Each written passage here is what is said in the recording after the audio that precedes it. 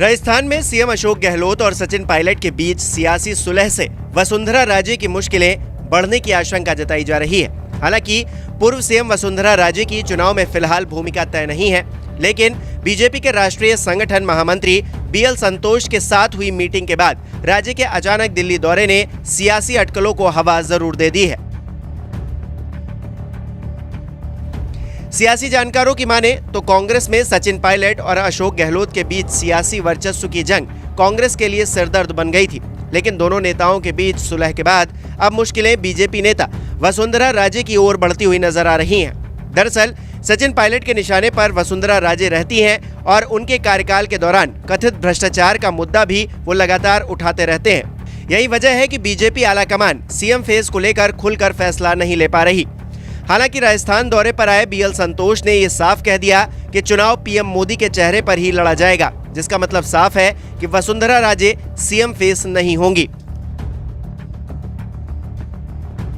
वसुंधरा राजे फिलहाल पार्टी के राष्ट्रीय उपाध्यक्ष हैं, लेकिन वो राजस्थान में होने वाले विधानसभा चुनाव में अपनी दावेदारी छोड़ने को तैयार नहीं है। वसुंधरा गुट की तरफ से लगातार आलाकमान पर यह दबाव बनाया जा रहा है कि पार्टी उन्हें अपना चेहरा घोषित कर चुनाव में उतरे। हालांकि ऐसा होता हुआ बिल्कुल भी नजर नहीं आ रहा, लेकिन ये माना जा रहा है कि कांग्रेस को हराने के लिए चुनाव से पहले बीजेपी आलाकमान वसुंधरा राजे को बड़ी भूमिका जरूर दे सकता है। वहीं पार्टी आलाकमान लगातार ये कोशिश कर रहा है कि प्रदेश बीजेपी के बीच जारी गुटबाजी भी खत्म हो जाए और वसुंधरा राजे समेत पार्टी के सभी नेता मिलकर विधानसभा चुनाव की तैयारियों में जोर शोर से जुट जाएं। बीएल संतोष ने भी पार्टी नेताओं को साफ कहा है कि गुटबाजी से दूर रहें और बयानबाजी करने से खुद को रोकें।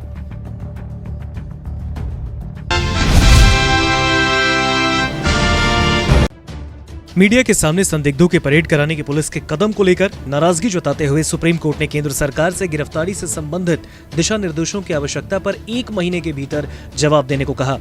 सुप्रीम कोर्ट का यह निर्देश देखते हुए आया कि संदिग्धों की परेड कराने के चलते अपरिवर्तनीय क्षति हुई, जब बाद में उन्हें निर्दोष पाया गया। रिपोर्ट के मुताबिक बीते 11 जुलाई को जस्टिस सूर्यकांत और जस्टिस दीपांकर दत्ता की पीठ ने कहा, केंद्र को इस मुद्दे पर जरूर सोचना चाहिए कि कैसे लोगों को प्रताड़ित किया जा रहा है। आखिरकार जब उन्हें निर्दोष ठहराया जाता है तब तक काफी समय बीत चुका होता है। ये उस व्यक्ति, उसके परिवार को नष्ट कर देता है और उसके सम्मान को अपूरणीय क्षति पहुंचती है। अदालत ने यह टिप्पणी उत्तर प्रदेश के निवासी प्रवीण कुमार पर्व की याचिका पर सुनवाई के दौरान की, जहां उन्होंने कहा 2021 में एक झूठी शिकायत पर उत्तर प्रदेश पुलिस के आतंकवाद रोधी दस्ते ने गिरफ्तार किया। प्रवीण ने कहा, जब पुलिस को उनकी बेगुनाही का यकीन हो गया तो उन्हें रिहा कर दिया गया, लेकिन हिरासत के दौरान हुई बदनामी के कारण उन्हें आतंकवादी करार दिया गया। शीर्ष अदालत ने पहली बार केंद्र और राज्यों को अगस्त 2022 में उस याचिका पर नोटिस जारी किया था जिसमें पुलिस को चल रहे आपराधिक मामलों में प्रारंभिक चरण में संदिग्धों के नाम और विवरण का खुलासा करने या किसी संदिग्ध के अपराध पर सार्वजनिक बयान देने से रोकने के निर्देश देने की मांग की गई।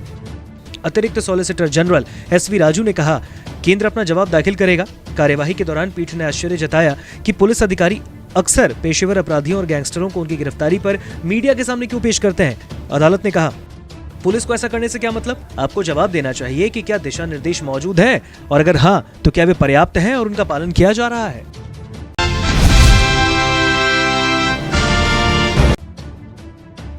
डीके शिव कुमार, जिन्होंने कर्नाटक जीत में सबसे अहम किरदार निभाया, अभी वो डिप्टी सीएम है, लेकिन कांग्रेस ने उनको इस वक्त खास जिम्मेदारी दी है। जिम्मेदारी बेंगलुरु में होने वाले विपक्षियों की महाबैठक की। ऐसा समझे कि कर्नाटक जीतने के बाद अब डीके को इस महाबैठक में सब कुछ मैनेज करना है। दक्षिण भारत का राज्य कर्नाटक लगता अब कांग्रेस के लिए दुर्ग बन गया है। आखिरकार हो भी क्यों ना, इसी साल हुए कर्नाटक विधानसभा चुनाव में कांग्रेस ने न सिर्फ बीजेपी से सत्ता छीनी बल्कि भारी वोट पाकर दिखा दिया कि दक्षिण में कांग्रेस के सामने बीजेपी हावी अभी तो नहीं हो सकती। खैर, कर्नाटक की चर्चा इसीलिए क्योंकि अगले 17 और 18 जुलाई को यहाँ एक और बड़ा आयोजन होगा। 24 अलग अलग छोटे बड़े दल यहाँ कांग्रेस की मेजबानी में साथ बैठकर 2024 पर चर्चा करेंगे। खबरों की माने तो सोनिया गांधी भी इस बैठक में मौजूद होंगी। ऐसे में संकेत मिल रहे हैं कि महाबैठक में बड़े फैसले लिए जा सकते हैं। डीके शिव कुमार सोनिया गांधी के काफी करीबी माने जाते हैं, ऐसे में उन्हें ये खास जिम्मेदारी सौंपी गई है। बेंगलुरु में 17-18 को होने वाली महाबैठक की तैयारी का जिम्मा डीके को मिला है। डीके के लिए वैसे भी कहा जाता है कि वो मैनेजमेंट एक्सपर्ट है। डीके एक राजनेता होने के साथ साथ बिजनेसमैन भी है, इसलिए उनकी मैनेजमेंट स्किल्स पर कांग्रेस लीडरशिप को भरोसा है। सूत्रों से मिली जानकारी के मुताबिक विपक्षी नेताओं को ठहराने के साथ साथ उनकी सुरक्षा और उनके लिए तमाम जरूरतों को पूरा करने का जिम्मा डीके को सौंपा गया है। इसके अलावा कर्नाटक में कांग्रेस की जीत के पीछे एक और कारण था कि छोटे दलों को डीके ने अपने साथ कर लिया था। कहा जाता है कि इसी वजह से जो मुस्लिम वोट जेडीएस के पास जाना था वो कांग्रेस के पाले में खिसक आया। इसके लिए भी पार्टी ने डीके को क्रेडिट दिया। बेंगलुरु वाली मीटिंग में कई छोटे दल भी पहुंचने वाले हैं, ऐसे में उनका भरोसा जीतना डीके के लिए आसान होगा और यही कारण है कि कांग्रेस ने डीके पर एक बार फिर भरोसा जताया है।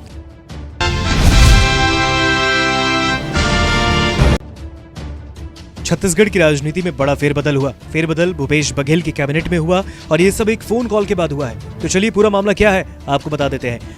दरअसल छत्तीसगढ़ कांग्रेस के पूर्व अध्यक्ष मोहन मरकाम को शुक्रवार को मंत्री पद की शपथ दिलाई गई। इससे पहले प्रेमसाय सिंह टेकाम ने राज्य के स्कूल शिक्षा मंत्री पद से गुरुवार को इस्तीफा दिया। अब उनकी जगह मोहन मरकाम मंत्री बने हैं। मरकाम पिछले 4 साल से प्रदेश कांग्रेस कमेटी के अध्यक्ष रहे, लेकिन बुधवार को उन्हें हटाकर बस्तर क्षेत्र के सांसद दीपक बैज को प्रदेश कांग्रेस कमेटी का अध्यक्ष बनाया गया। लेकिन इधर उनका इस्तीफा हुआ ही और उधर उन्हें मंत्री पद की शपथ दिलाई गई। मरकाम ने राजभवन के दरबार हॉल में पद और गोपनीयता की शपथ ली। राज्यपाल विश्वभूषण हरिचंदन ने उन्हें शपथ दिलाई है। सूत्रों की माने तो एक फोन कॉल के बाद छत्तीसगढ़ में सियासी बदलाव हुए हैं। बताया गया है कि खुद राहुल गांधी ने मोहन मरकाम को फोन किया। राहुल ने मरकाम को फोन करके कहा उनको दूसरी बड़ी जिम्मेदारी दी जाएगी। राहुल गांधी के फोन के बाद मोहन मरकाम ने अध्यक्ष पद से हटाए जाने के बाद किसी तरह की कोई प्रतिक्रिया नहीं दी। उन्होंने बस इतना कहा उनका कार्यकाल पूरा हो गया है। लेकिन हमें मिली जानकारी के मुताबिक बस्तर क्षेत्र को साधने के लिए कांग्रेस ने मंत्रिमंडल और संगठन में बदलाव किए। मरकाम से पहले केवल कवासी लखमा ही बस्तर क्षेत्र से मंत्री थे और आदिवासी नेता मोहन मरकाम बस्तर क्षेत्र के कोंडागांव विधानसभा क्षेत्र का प्रतिनिधित्व करते हैं। राजनीति के जानकारों की माने तो ये फेरबदल आगामी विधानसभा चुनाव को देखते हुए किए गए हैं। कांग्रेस आलाकमान को उम्मीद है कि इस बदलाव का कांग्रेस को चुनाव में फायदा मिलना तय है।